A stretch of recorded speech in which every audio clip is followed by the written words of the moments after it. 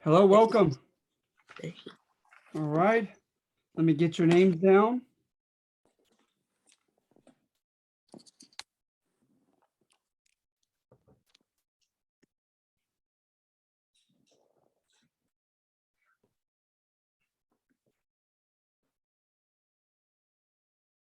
All right.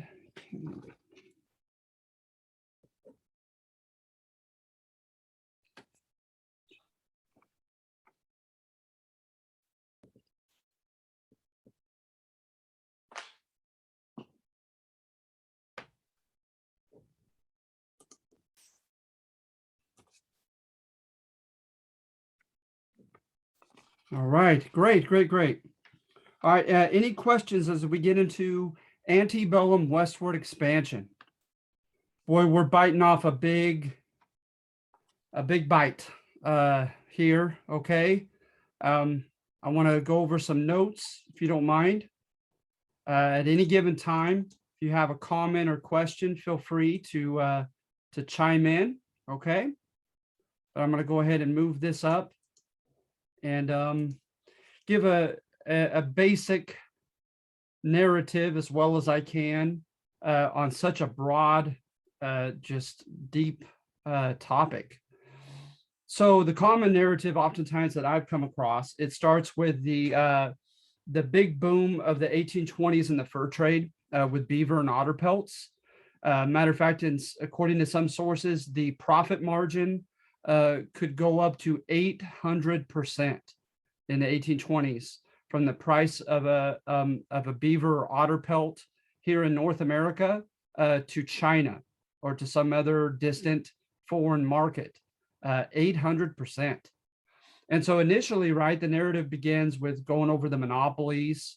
So you have the Hudson Bay Company, just several of them. And then you also have the runners of the forest. I don't begin to know how to pronunciate that in French, but the runners of the forest were the first kind of mountain men who were oftentimes depicted in history books as expectant capitalists.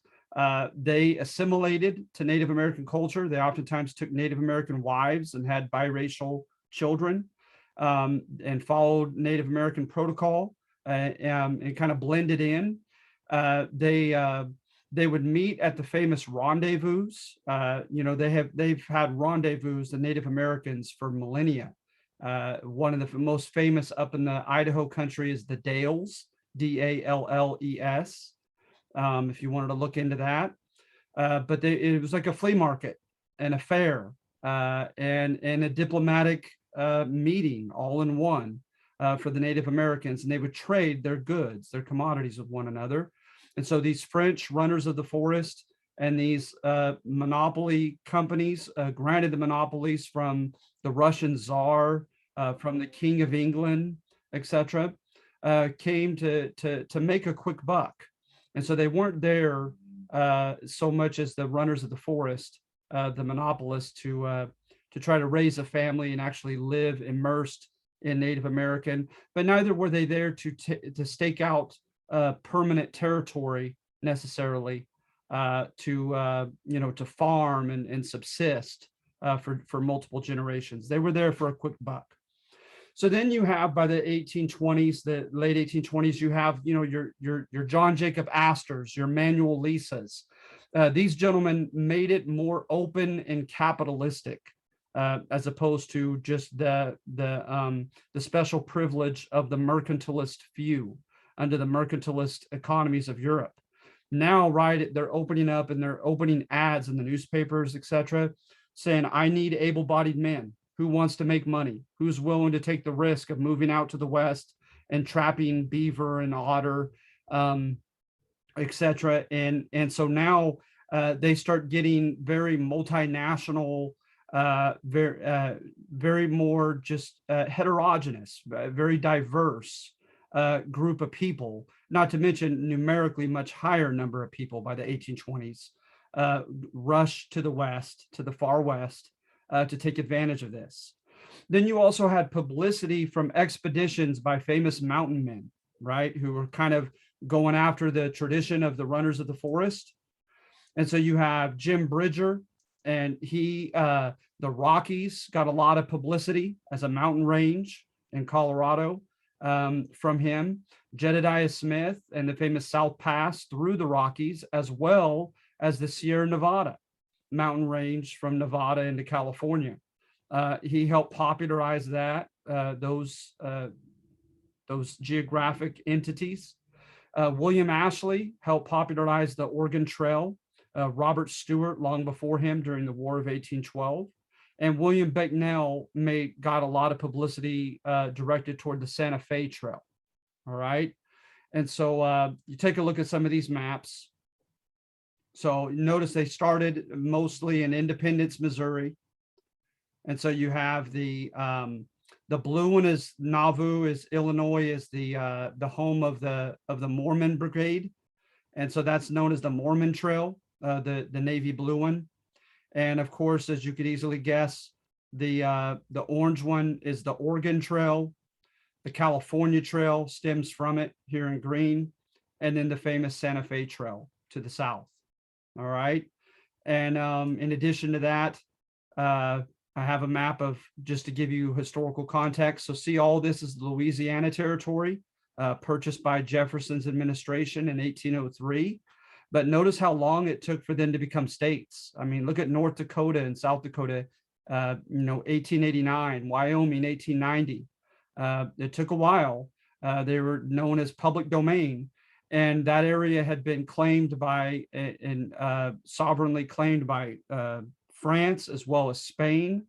And you also had a myriad of Native American tribes that are found within that area. And so, going back at least as early as Lewis and Clark from 1803, you have mention of a myriad of tribes in this area. Here's the Texas domain that will be annexed in 1845 by way of the Treaty of Guadalupe Hidalgo. All this region right here is taken in the Mexican-American War, February 2nd of 1848. Then they added this small territory at the bottom of Arizona, known as the Gadsden Purchase, shortly thereafter. And the Oregon Territory, we almost went to war with England for it. And you see it right here of Idaho, Washington, Oregon. Okay. So at any rate, just giving you a little bit of context here. And then Christopher Kit Carson, the Southwest. He popularized as well the Santa Fe Trail in the Southwest. And look at some of the rivers, some of the major rivers that were a couple of the smaller known rivers that got a lot of publicity by way of the fur trade are, especially down in the Southwest, the Colorado and the Gila rivers were huge, and the Green River. As far as popularizing the fur trade down here. And then, of course, making it to the coast of Oregon or Washington, the oceanic fauna provided plenty of furs as well. So let's see here. The federal government lent its support. It had expeditions with Lewis and Clark, then with Zebulon Pike. Zebulon Pike popularized the New Mexico area. He was captured by Spanish authorities and arrested, but then allowed to return to Louisiana. And he brought back a lot of topographical information about the Southwest. And Stephen Long popularized the notion of the Great American Desert along the Great Plains, Oklahoma, Nebraska, etc., telling the American government there's no hurry to take this land. It's not very fertile and not very amenable to civilization. But Americans are going to change their mind on that, obviously. They brought strings of forts and supplies. One of the most famous throughout the 1800s is Fort Laramie in Wyoming.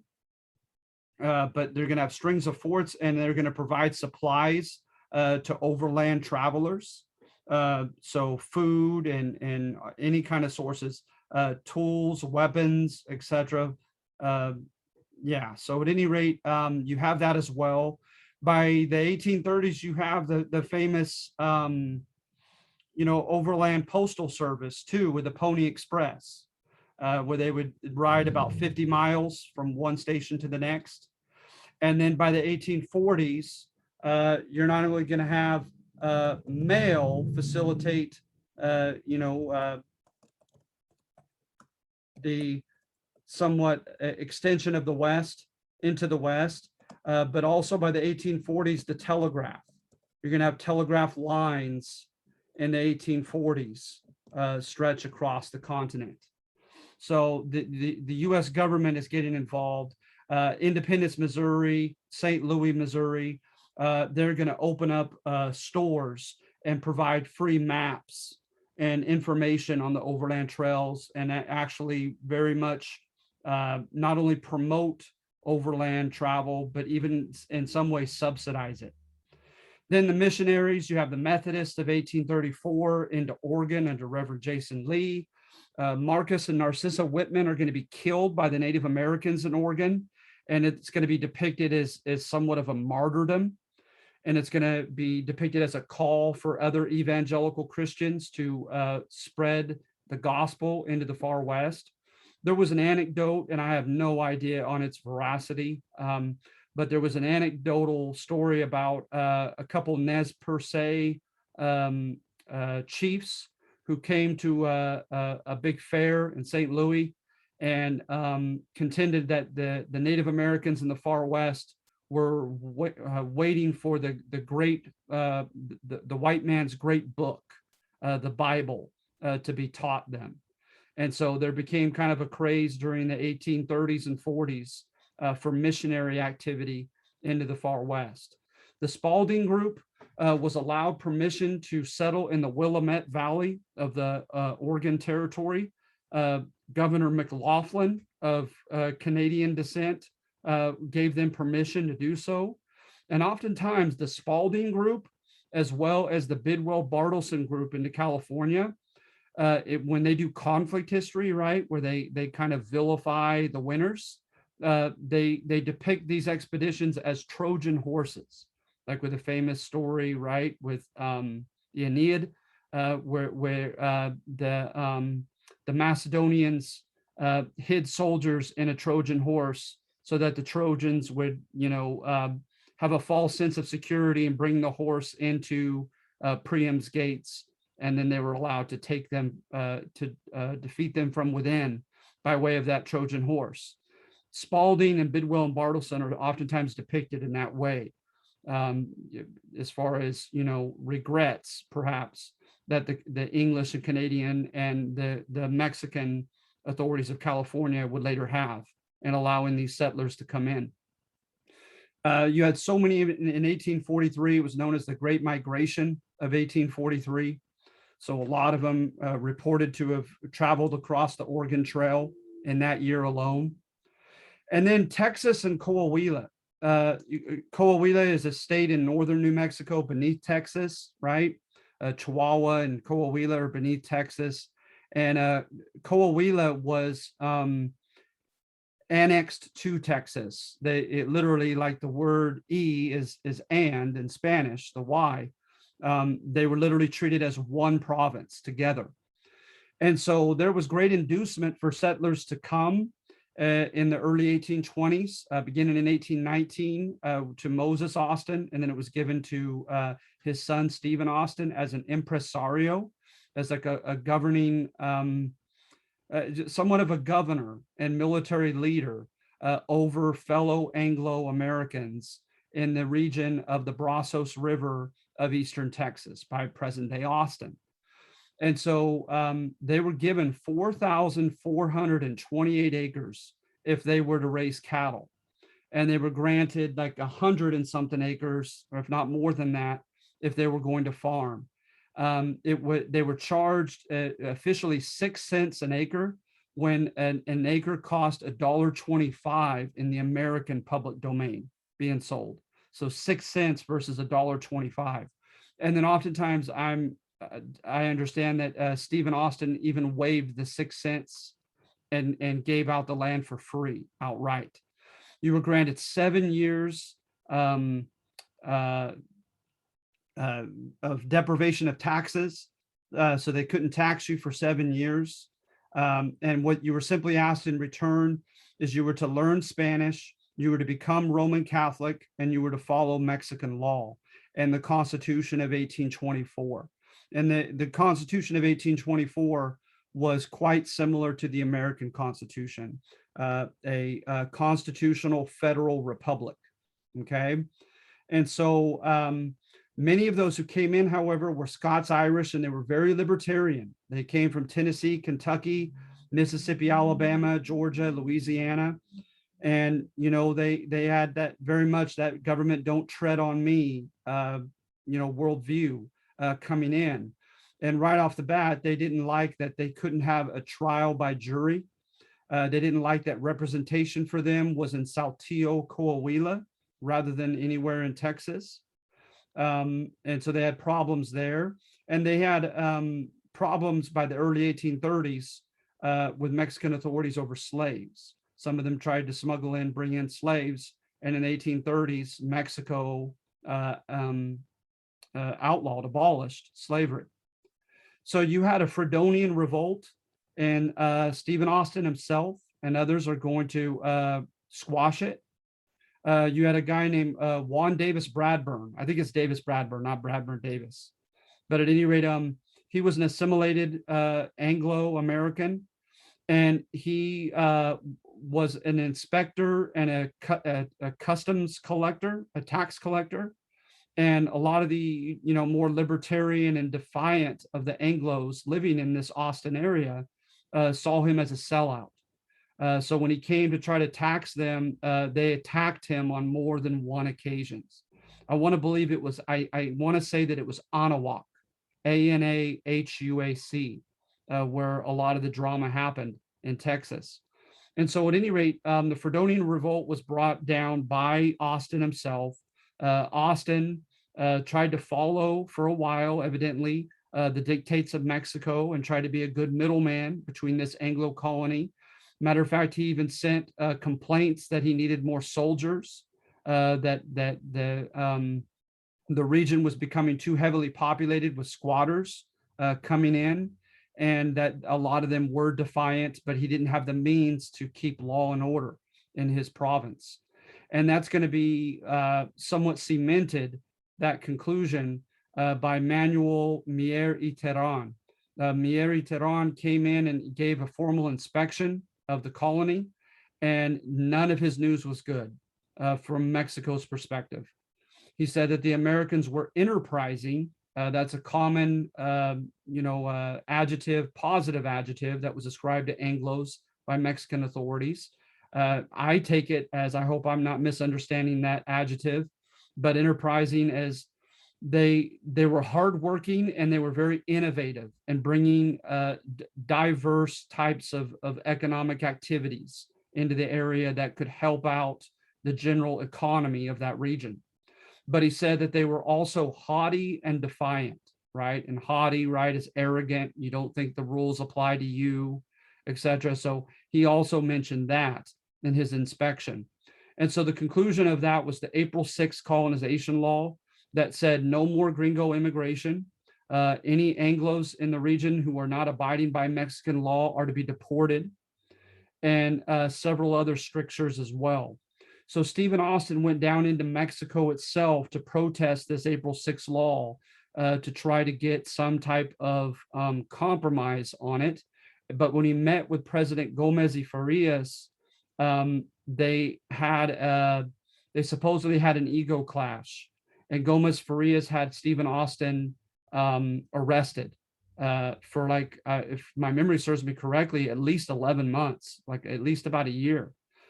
And so when that happened, right, the voice of reason, the kind of middleman, liaison figure of Austin is now marginalized, and into this vacuum stepped a lot of war hawks like William Barrett Travis, Sam Houston, and others. And so at any rate, and so then Santa Anna issues a what he calls like a holy revolution against Gomez y Farias. See, Gomez Farias was a liberal, and Mexico was very tumultuous in throughout the 1800s. You know, they were given birth in 1821, independence from Spain, and right off the bat, their first leader declared himself emperor, Agustin de Iturbide. So Emperor Iturbide the first. He didn't last. And you have the conservatives like Anastasio Bustamante, Lucas Alamán, who wanted a very kind of aristocratic republic. And they shut down the oppositional press and opposition in the Mexican Congress. They, like I said, they were rather conservative. But then you had liberals, right, like Vicente Guerrero and others who tinkered with ideas like land redistribution to the poor and overall citizenship and political participation of men of all color, including not only the mestizos, who were Spanish and Native American, but even the Indios, even the Native Americans, and the former esclavos or negros, the African Americans. And so, you know, those on the left were arguably further to the left than our political spectrum here in the US. Those on the right were arguably further than our guys were to the right. And that made for a bad recipe, so that they would not abide by the electoral victory of the other side.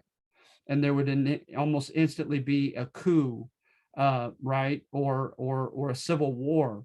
And then one side would come in, the winning side, and they would declare a new constitution, and they would scrap the old one. So Mexico, you could look up a guy named David Wasserman. His book on everyday lives in 19th century Mexico is a really good, informative book on how tumultuous Mexico was at this time. So at any rate, Gomez Farias, he attacked the privileges of the Catholic Church. He wanted separation of church and state as a liberal. He wanted to take the lands from the missions in California and give it to the Indios. It didn't work out that way, but he tried to have it carried out that way. So it brought a lot of political chaos in California, Mexican California in and of itself. So then, I kid you not, in the midst of his anti-clerical laws, there was a famous earthquake, and it greatly destroyed much of the famous cathedral of Mexico City. And a lot of Mexican people took it to be a divine omen that God was angry with the liberals for attacking the church. And so Santa Anna declares a holy revolution and overthrows by force Gomez Farias.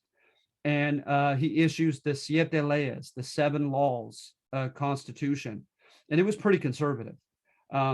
It did away with state legislators in the states. He declared that all states were his departments. He handpicked governors who had previously been elected over the states, and gave them sweeping powers. And the governors, including, patronage powers to hand out local positions, that even intervened in the process of the Cabildo, the city council. So really, I mean, in fairness, if the gringos were wanting an excuse to break free and take Eastern Texas from Mexico, boy, they got a good one with Santa Anna's 7 laws constitution. And of course, according to Chicano history, that's exactly what it was, is it was a pretext. It was a convenient excuse that arose for them to take advantage of. So at any rate, that's exactly what they do. And then about 187 men stayed at the Alamo in San Antonio, right? Because Santa Anna, he was defied by the governor of Zacatecas, who refused to step down to Santa Anna's new handpicked governor, and refused to hand over his militia, his state militia, over to the president. And so Santa Anna sent an army, personally led it, against Zacatecas and crushed the Zacatecan militia. and he sent letters back up to Coahuila y Texas to warn them that they were next if they didn't capitulate to his new constitution.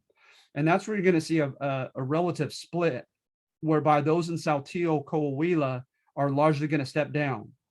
And a lot of Tejanos, of ethnic Mexican Texans, step down as well at this point. But of course, the Anglos, the gringos, by and large, continued to be defiant. And so he began to march in his army up toward Texas. And on his way up there, there was a place where they began taking over the Presidios, the Mexican military forts, preemptively to be able to take on Santa Anna's army. And the brother-in-law of Santa Anna, his last name was Perfecto de Cos. He warned them to step down and hand over their artillery, and they fired at him instead. So then he went back to his brother-in-law, told him what their defiant response had been, and Santa Anna declared deguello, and deguello meant that he's not going to take prisoners. And so when he came up to the Alamo in late February and early March of 1836, he had about 2,000 soldiers against fewer than 200 defenders of the Alamo. And not to mention, they had a couple famous guys in the Alamo, right? Bowie, that the Bowie knife is named after, William Barrett Travis, who gave a famous letter out in the last hours of their survival, of their fight. And then, of course, Davy Crockett, who had been a congressman in Tennessee and had traveled down there just in time to get killed. And so at any rate, he took virtually no survivor prisoners of war. He killed them. And then news spread of Goliad as well, Goliad. And at Goliad, they were promised that if they surrendered, they would not be killed. And after they surrendered and laid down their arms, they were executed en masse. And so William Barrett Travis sent a letter back up to the States, and then news of the Goliad, news of the Alamo began spreading, and thousands of Anglo-Americans came more, flooded in to fight with Sam Houston's army. And they're going to surprise Santa Anna at the river San Jacinto. Santa Anna's army was much bigger. He had split it into three. And the night before, they all met together, and he felt very invulnerable, right? Having all three of the armies together, who in the world would have the nerve to attack them? But that's exactly what Sam Houston did in the early hours of the morning, pre-dawn. They attacked, and they actually captured the person of Santa Anna. And in return for his life, he signed over Texas. So from 1836 to 1845, Texas was its own republic, its own country. So quite unique amongst the other states here in the United States. But at that time, right, Santa Anna sent a declaration. He didn't do it actually formally until 1843, 7 years later. But in 1843, Santa Anna sent a declaration saying that if the United States tries to annex Texas as a new state, that he will declare war on them. All right. So then in Spanish California, the Bidwell-Bartleson group, I may have misspelled that, and I apologize if I did, but I know it's something close to that. The Bidwell-Bartleson group came in, and they were many of them were Sunday school teachers, construction workers, farmers. And so a lot of them, they seem to be, benign, harmless, and not to mention enterprising. So the Mexican authorities, right, under the governor, the man who was oftentimes the governor, Castro, literally, put his cousin in charge of the armed forces of Mexican California, and that was Mariano Guadalupe Vallejo. That Vallejo is named after. So Vallejo gave, or not actually, he didn't. Castro did, or his predecessor. The governor of California granted land to Johann von Sutter, which we anglicized as John Sutter, a Swiss immigrant who had been making a lot of money with coolie farming, cash crop farming in the Hawaiian Islands. moved to Mexican California, and he was trusted as, kind of a watchdog, if you will, through the gap of the Sierra Nevada, from which they knew American intruders would come from that area. So there in the Sacramento Valley, where there's a gap in the Sierra Nevadas, was placed Johann von Suter. And sure enough, he began receiving people along the overland trails, the California Trail from the Oregon. And the Bidwell Bartleson group came in. Vallejo traveled to Sacramento Valley from the Petaluma region just to check on them. And when he saw them, kind of like McLaughlin of Canada in the Oregon Territory, he said, you know what? I like these guys. They're enterprising. They're going to bring economic diversification. So let's go ahead and allow such type to come in. And so that kind of opened up the valve for Anglo-Americans to come into the Sacramento Valley of Mexican California, right?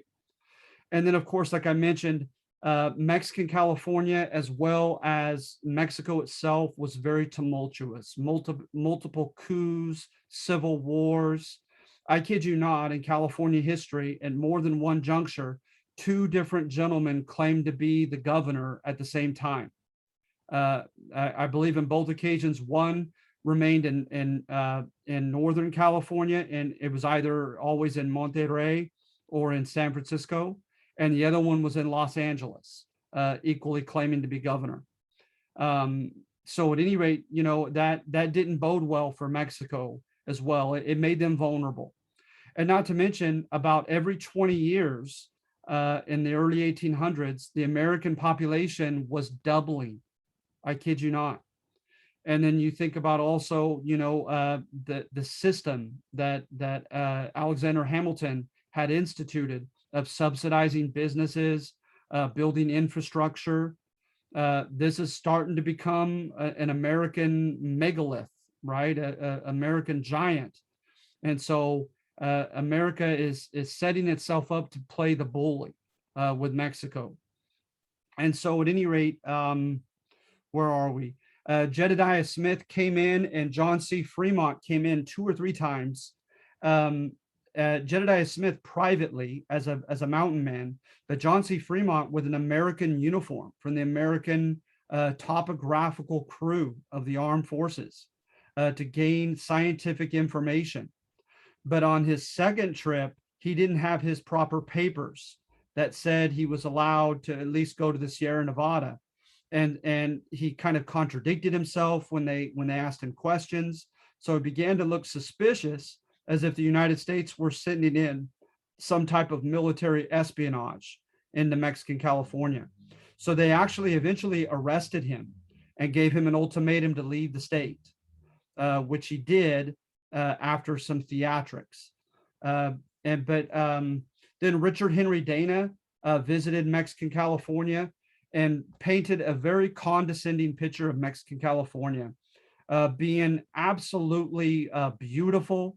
The people very refined, like from a bygone era of chivalry, and beautiful women and great culture, but that they were pre-industrial, that it was like going back in time for him. And that he said, in the hands of a more enterprising people, I could only imagine what this land could become.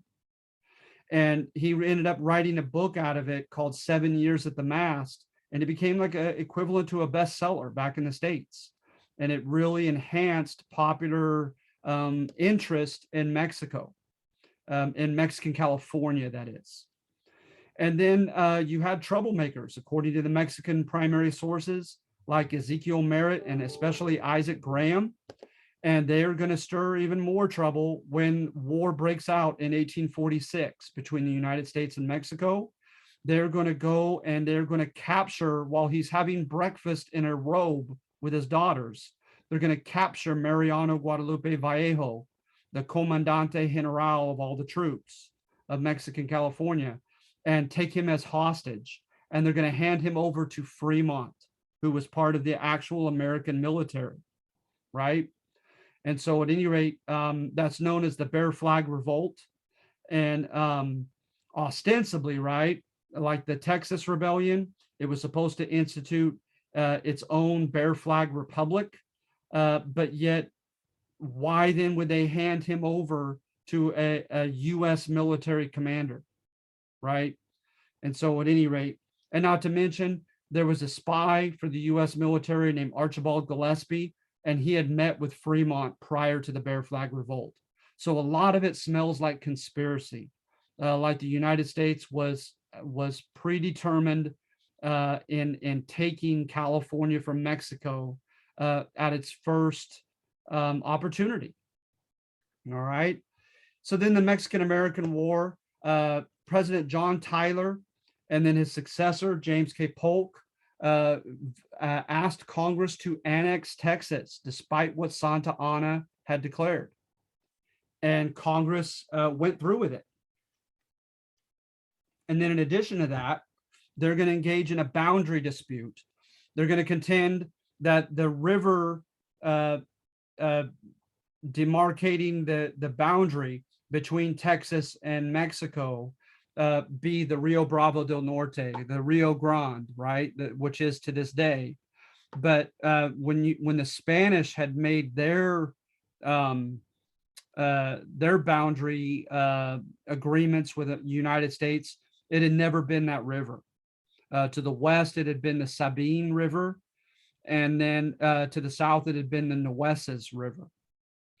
And so American soldiers were sent between the Nueces River and the Rio Bravo del Norte, or the Rio Grande. And so technically, according to Spanish treaties, they were on Mexican soil once they crossed the Nueces.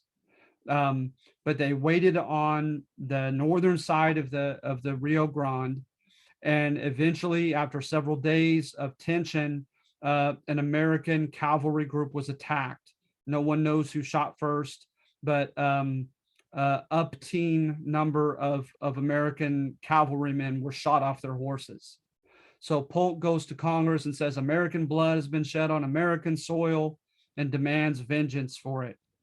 And not to mention, he had sent Poinsett, Dave Poinsett, to try to purchase Mexican California, and the Mexican government was highly affronted by that offer and asked him to leave the country. And so that added to tension as well. And so the United States declares war. They send a northern army under Zachary Taylor, and they're going to fight at places like Resaca de la Palma, Monterrey, Saltillo, Buena Vista, and those are going to be some big victories for the U.S.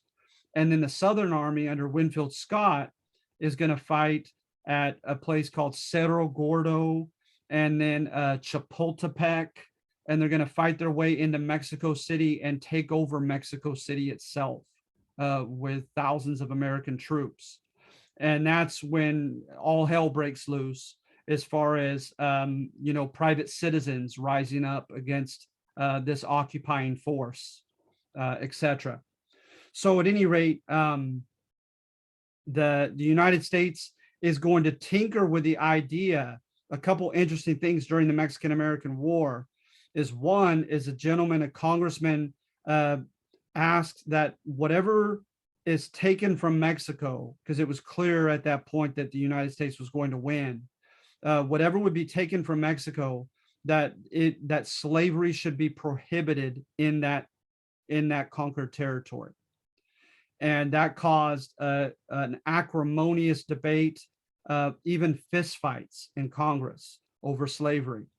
And then another interesting point is they dabbled with taking over some of Mexico itself, not just the states that we're familiar with now, like California, Nevada, Colorado, Arizona, New Mexico, etc. But get this, a lot of those who prevailed in making sure that did not happen, they did it for racist reasons. They contended that they did not want to amalgamate a dark, mestizo, backward people into our republic. They didn't want that brown blood integrated into our country. So that's a sad fact that you could find in the primary sources of the debates and the speeches in Congress during the Mexican-American War. And then I thought it was interesting to mention also the San Patricios, or the St. Patrick's Brigade, Irish immigrants who were forced to fight in the Mexican-American War down in Mexico, and they switched sides and they fought for Mexico. And we ended up fighting against them and defeating them and capturing them. And we were going to execute their leaders. And there was so much publicity about it. And there was a decent amount of anti-war sentiment back up in the States. And the government reneged and instead had their leaders branded on the face and whipped rather than executed. And so it's an interesting story. And so on February 2nd, 1848, under the Treaty of Guadalupe Hidalgo, the war ended.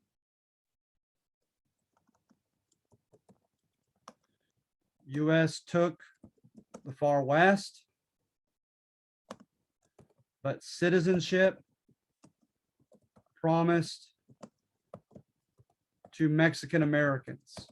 And as the Chicano historians state, right, there's a lot of truth to what they said, is that, you know, those Mexican Americans in the far west during this generation, they didn't cross the border crossed them, right? So let's see here.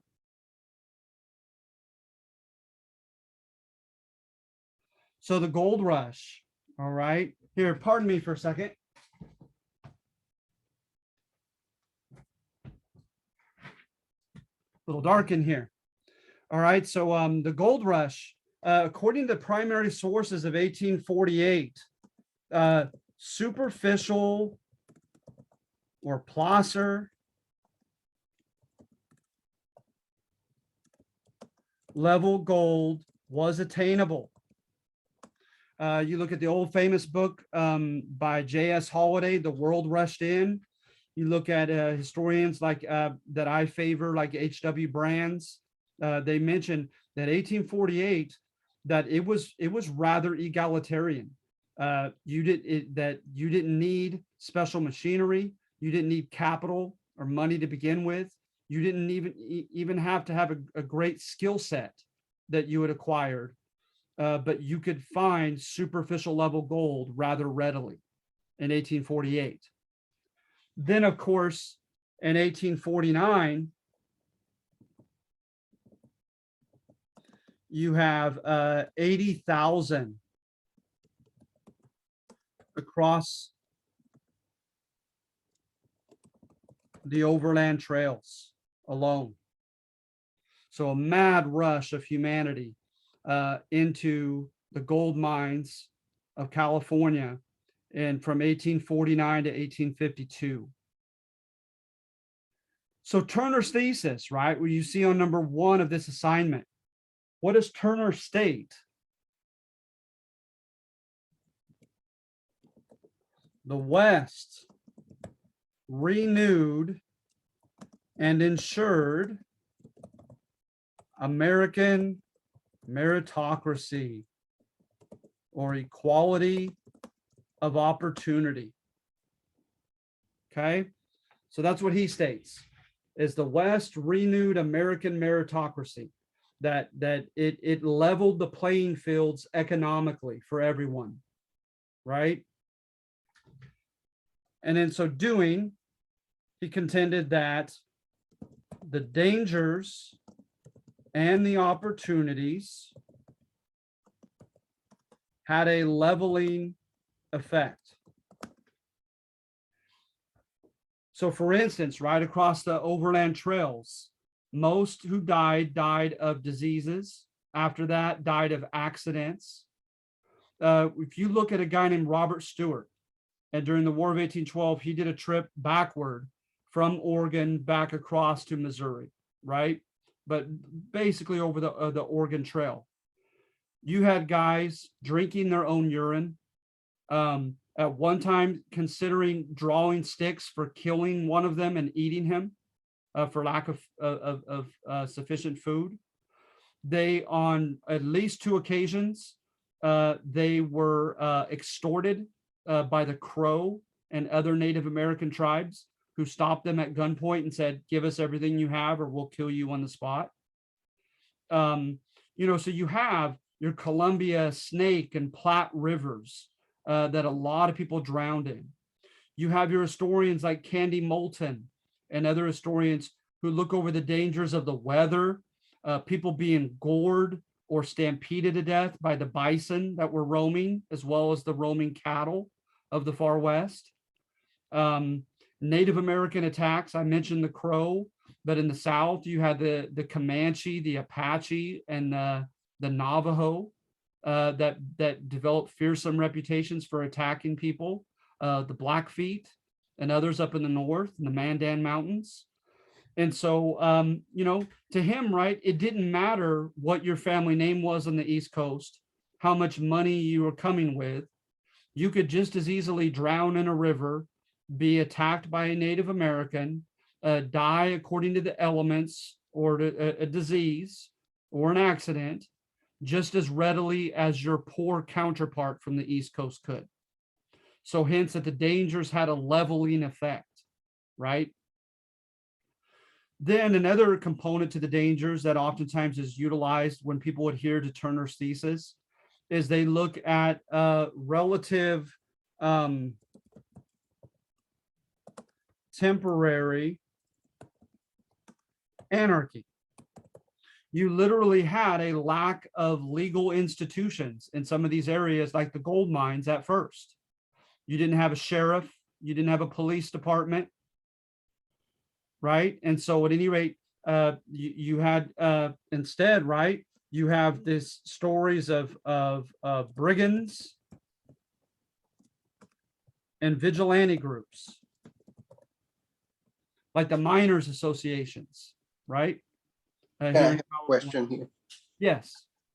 So I like about a year ago, I read about this part of the U.S. history, and I learned, and I want to ask if it's really true, that prostitutes were really powerful back then in the West, because there were not very many women who were coming with the miners, and they were pretty smart. They started to educate themselves and each other, basically, and as they got older, they started to open brothels, and that is one of the reasons why one of the states had the first female governors, and why the West is a little bit more liberal than the East of the United States. Is it true? Is it Yes, something? Mr. Virog, what please remember that I don't have a PhD, and so I haven't done any type of well-renowned academic work on this one particular topic. But from what I have read, and I like to think that I've read a decent amount, that absolutely rings true. That absolutely rings true. It is very interesting. I think it's super interesting. It was a good read. I just couldn't find it. I wanted to find it before the class, but I couldn't. And when I find it, I'm gonna reread it because it was super interesting. Sure. Yeah, because they were respected members of the society, and the brothels were used for courthouses and things like that. It was just amazing to me. That they were going there to drinking and for other fun stuff, but they also did the town, took care of the town needs too. Absolutely. And you know what? That leads me to my next point, Mr. Virog, is as far as opportunities, right?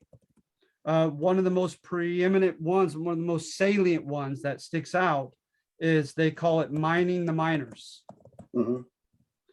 Is think of a service or product that was highly coveted by the miners and provide that for them, of course, at a price, and enrich yourself from them. I know about that because there was this documentary, and Donald Trump's great grandfather was one of them, and he was selling meat, horse meat, from the horses that didn't make it.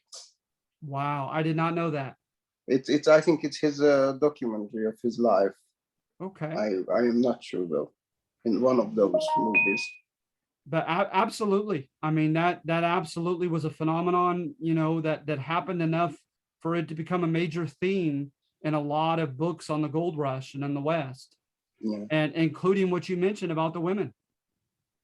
And of course, some of them, quite a few of them also ran inns, right? Hotels slash restaurants. Yeah. And so they did that as well. And of course you had your vaudeville entertainment as well. But absolutely, enough of them did it by way of prostitution that it's earned mention in most of the respectable books on the gold rush and on the conquest of the far west. So it absolutely is a salient fact mentioned quite often. So absolutely. And what you said about a lot of it stemming from the ratio of men to women, absolutely. And the fact that it's probably not a coincidence that women began becoming enfranchised in Wyoming in these Western states first. That's probably no coincidence either. Yes, I think Wyoming was the first female governor. I am not sure. I'm sorry. Yeah, I'm not sure either about governor, but I know Wyoming became famous for enfranchising women rather early. Yeah. Okay. And so then you have your Marxist critique of the is that those with superior capital prevailed over the others. So for instance, when you look at the air-powered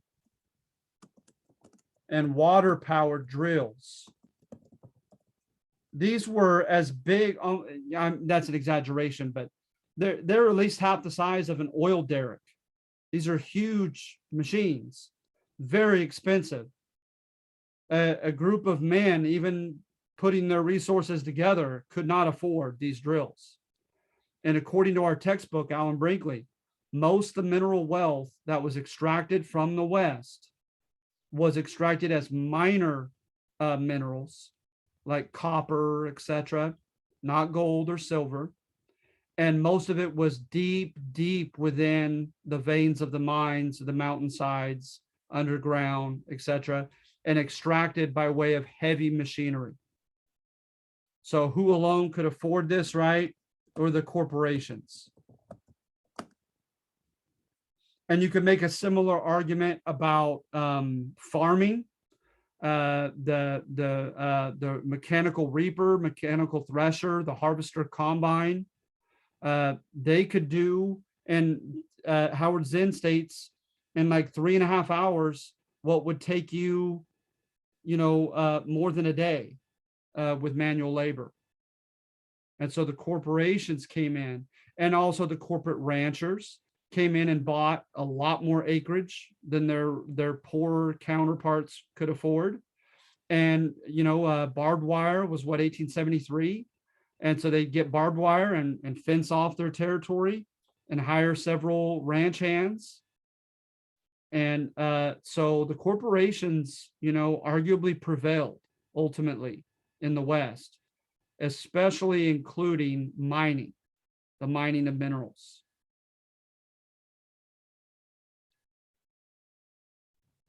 And then the foreign miners taxes of 1850 and 1852, they were aimed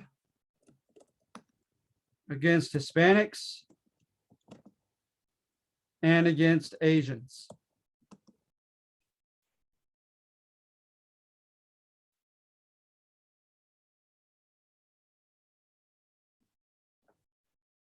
So going back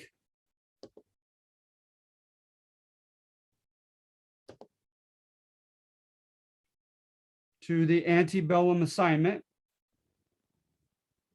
where is it? Give me a moment here.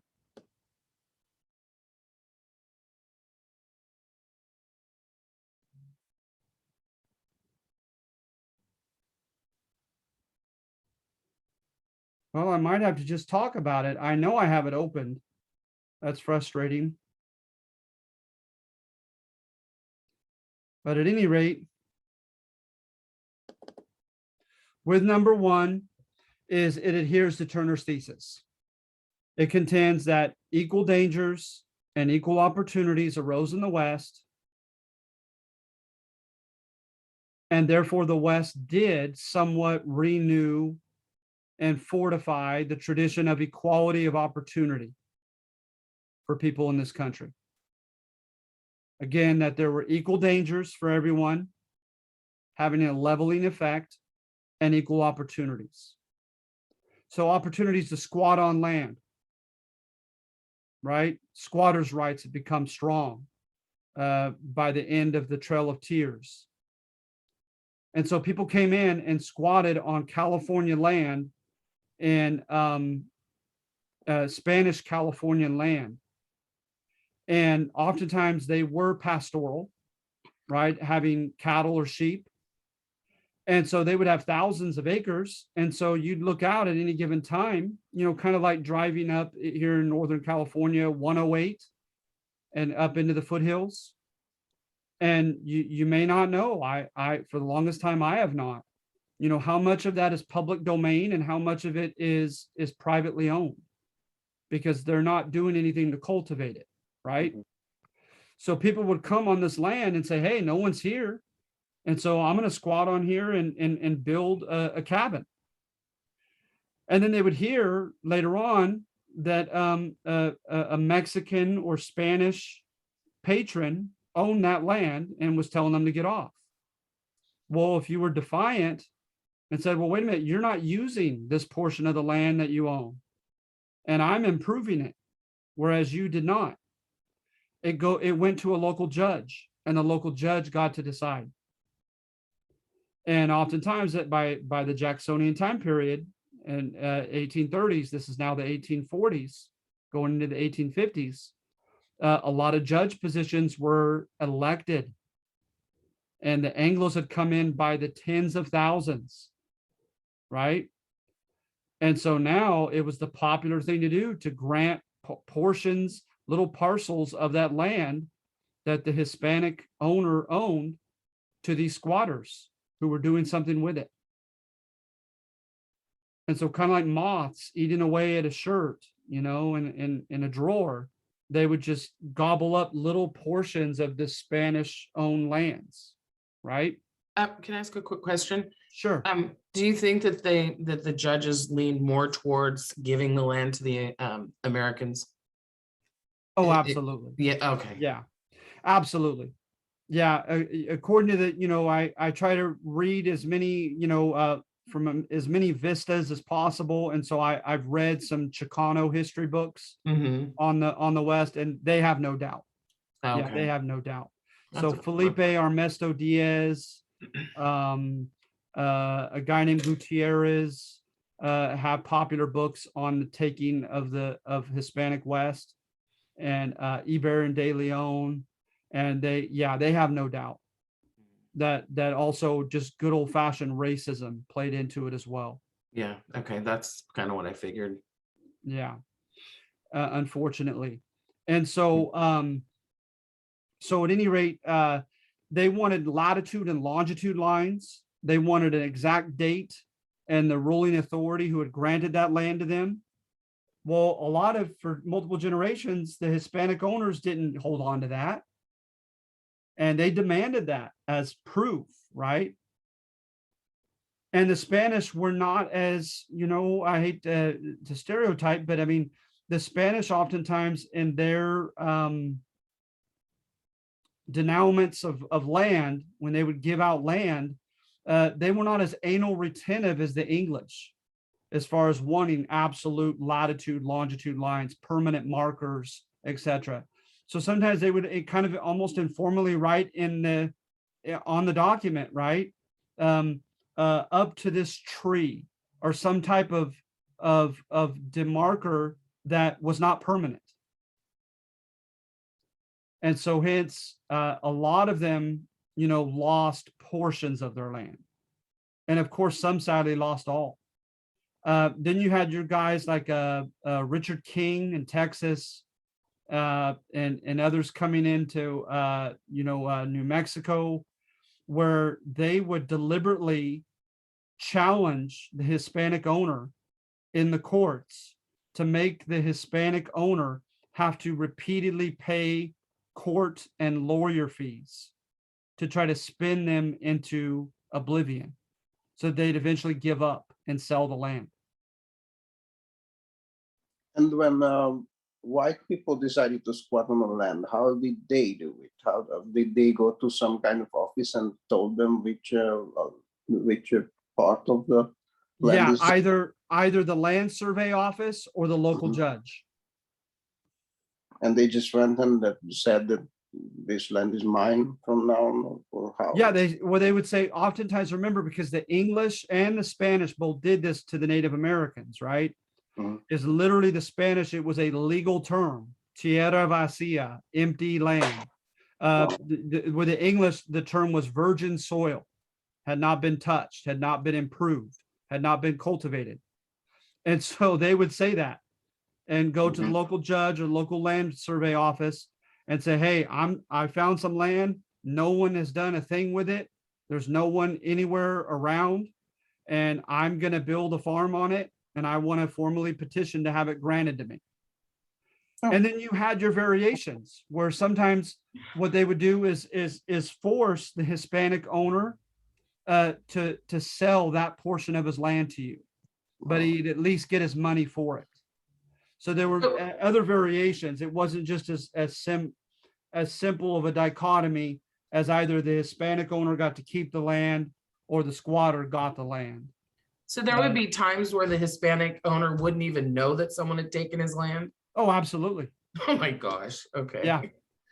Yeah, when you look at the big families in Southern California, the Verdugos, the Nietos, and others, they own so many thousand acres that it took them months, at least months, to find out that they had squatters on certain portions of their land. Wow. And to know that they had trouble on their hands and had to engage in legal remedies to try to rectify it. And in some cases, those legal remedies had already been taken by place. the intruding squatter. Yeah, okay, Absolutely. wow. That's crazy. It is. So the Treaty of Guadalupe Hidalgo, it stated that Hispanic inhabitants of the far west were full citizens, entitled to their rights to retain their property, etc. But it's nice to have it on paper, but it just didn't work out that way de facto. So at any rate, you have so let's see here.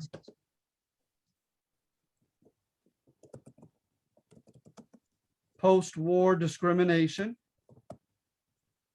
So like I mentioned, Anglo squatters, violence. There was a guy in the primary sources known as Joaquin Murrieta.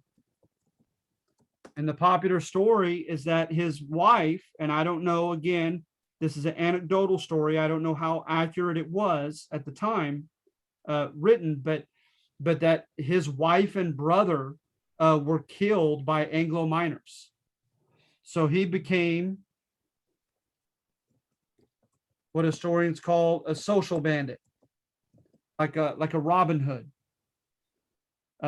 He engaged in banditry, but with a political statement behind it. Another group that I find very interesting in fighting back, both within the system and beyond the system, are the white hats, the gorras blancas. Look into them. Very fascinating group in Texas and New Mexico, etc.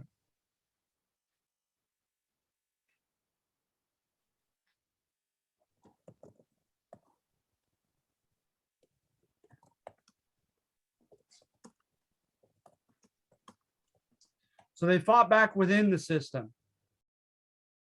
Some of them did well economically. You had a solid white a solid white collar middle class of Hispanics in San Antonio, Texas, also in Santa Fe, New Mexico, who did well for themselves even amidst the Anglo and corporate, incursion into their areas.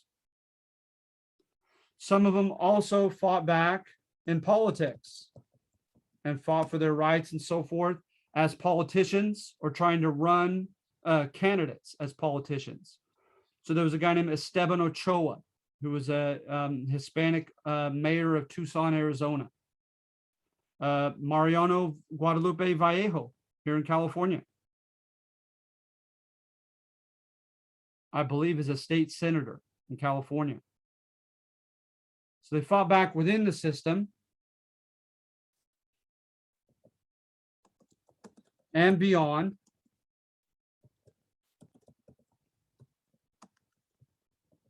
Gregorio Cortina, Joaquin Murrieta, and other social bandits.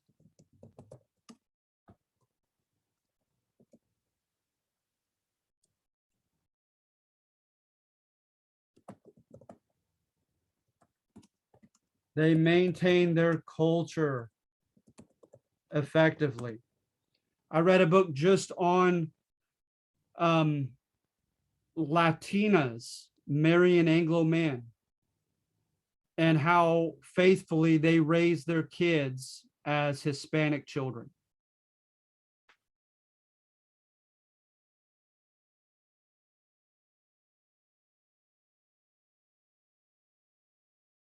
So predominantly, right, with the Spanish language and predominantly with Roman Catholic beliefs and Roman Catholic customs, etc., that the Spanish had brought as early as the 1590s into New Mexico.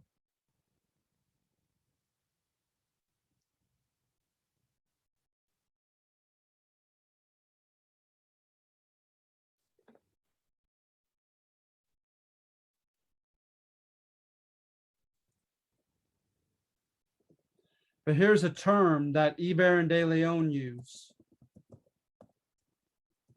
As they said, by the early 1900s, most Hispanics had been pigeonholed into the proletariat. Remember, the proletariat are the manual laborers of a modern industrial economy.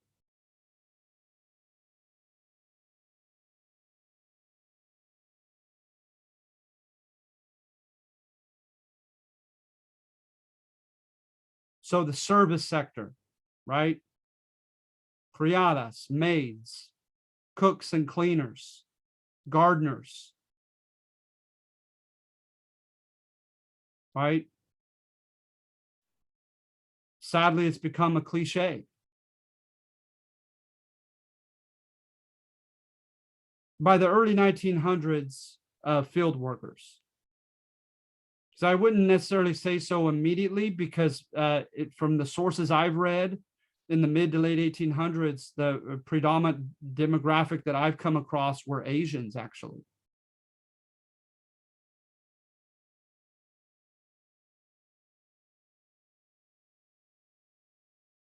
And then not only actually kind of placed into the proletariat, miners.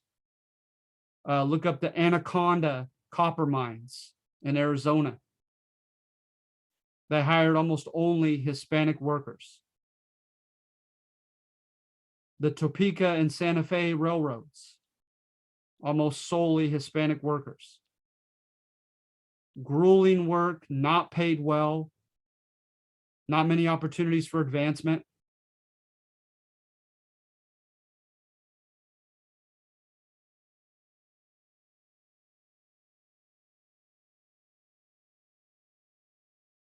So number one in your assignment tries to adhere to Turner's thesis and say how, equality of opportunity was renewed in the West. Number two says that's not true. It omits the fact that certain demographics, like Hispanic Americans, and that great race for the American dream, were placed behind the starting line and had a backpack filled with rocks put it over their shoulders. Metaphorically, of course.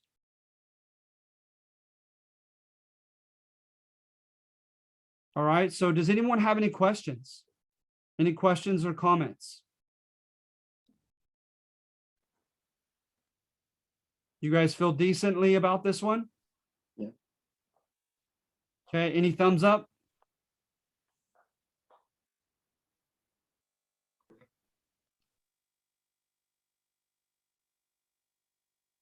Mr. Villa, Angelina, you guys still there? Yes. Thank you. Good. I just want to make sure I'm still having communication with you. Good, good. Thank you. All right. And so that's all I have with this one. All right. And so you guys, I wish you well, and I will be in contact with you via a class announcement if we have like if we're going to do it again on Tuesday or not. I know it's Thanksgiving week. And so matter of fact, if you're unable to, on account of it being Thanksgiving week, maybe send me a message, a Canvas message, so I could become aware of that if that's a phenomenon that we're dealing with. All right. All right. So thank you. All right. Have a good one. Thank you. Thank you. Thank you. Have a good weekend, Professor. You too. Thank you very much. Have a good one. You too. Thank you.